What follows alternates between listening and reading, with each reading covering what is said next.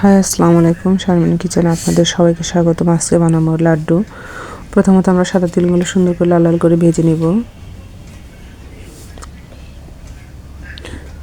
তারপরে বাদামগুলো সুন্দর করে লাল লাল করে ভেজে নেব। তারপর একটা জায়গাতে আমি একটু লবণ দিয়ে হালকা পানি দিয়ে চাউলগুলোয় ভেজে রেখেছিলাম। এই যেভাবে সুন্দর করে বাদামগুলো ভেজে নিয়েছি। তারপরে চাউলগুলো অল্প করে দিয়ে সুন্দর করে আস্তে আস্তে আস্তে আস্তে করে নাড়ে ভেজে নিতে হবে অল্প জাল দিয়ে।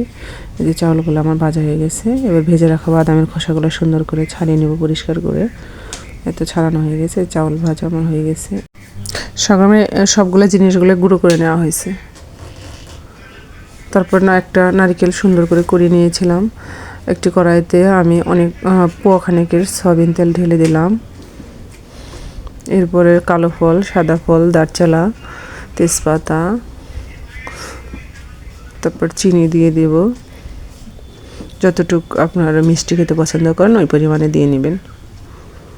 আমি একটু মিষ্টিটা গাঢ় দিলাম, আমি মিষ্টিটা বেশি পছন্দ। তারপর সবগুলোই গুঁড়ো করা জিনিসগুলো দিয়ে দিব।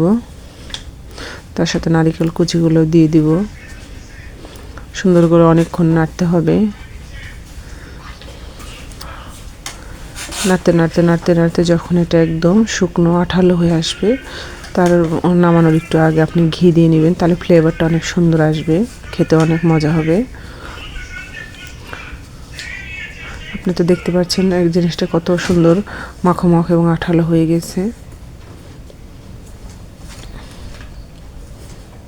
সুন্দর এরকম হয়ে গেলে হয়ে যাবে আপনার নাড়ু। তারপর হাত দিয়ে সুন্দর করে যার যেরকম ইচ্ছা সেরকম শেপ দিয়ে নেব। আমি এরকম করে শেপ দিয়ে নিয়েছি। এতে আমার হয়ে গেল মজাদার নাড়ু। সবাই ট্রাই করবেন।